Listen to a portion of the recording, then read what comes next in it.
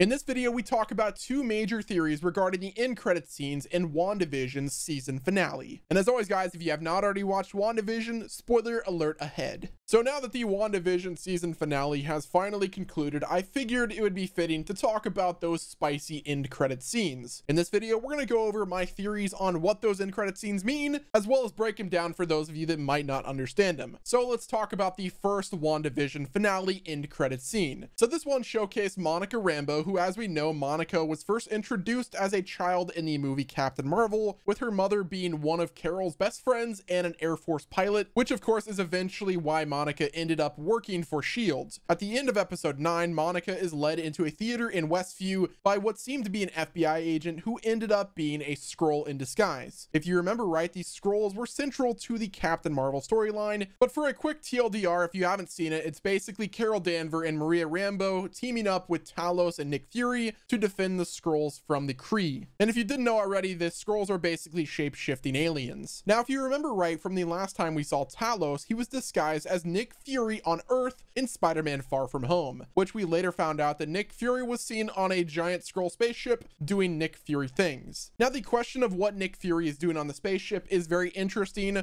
A lot of fans seem to believe that he's investigating something, maybe a possible anomaly. Who knows? We have no idea at this moment. We know that the Skrull storyline from Captain Marvel isn't yet finished though, especially now that we know that Paris is being re-signed as Monica Rambeau in Captain Marvel 2. We can expect to see this story play out very soon, I hope. So essentially, this first end credit scene is sort of a teaser that the newly superpower owning Monica is being sought out by either Nick Fury or Talos, which will likely tell us how she comes into play for Captain Marvel 2. Now, one thing that we did end up getting is that WandaVision is definitely setting up things for both Captain Marvel 2 as well as Doctor Strange in the Multiverse of Madness. I knew we would get some sort of teaser for Captain Marvel 2 throughout this, especially with Monica Rambeau being Maria's daughter, but I didn't expect it to be like this. I had no idea that we would get a Skrull in WandaVision, but here we are, we got some Skrulls, and I am all about it. Now, the second end credit scene that we got for WandaVision was actually in regards to Doctor Strange 2. This scene actually starts off sometime after the events of WandaVision season finale,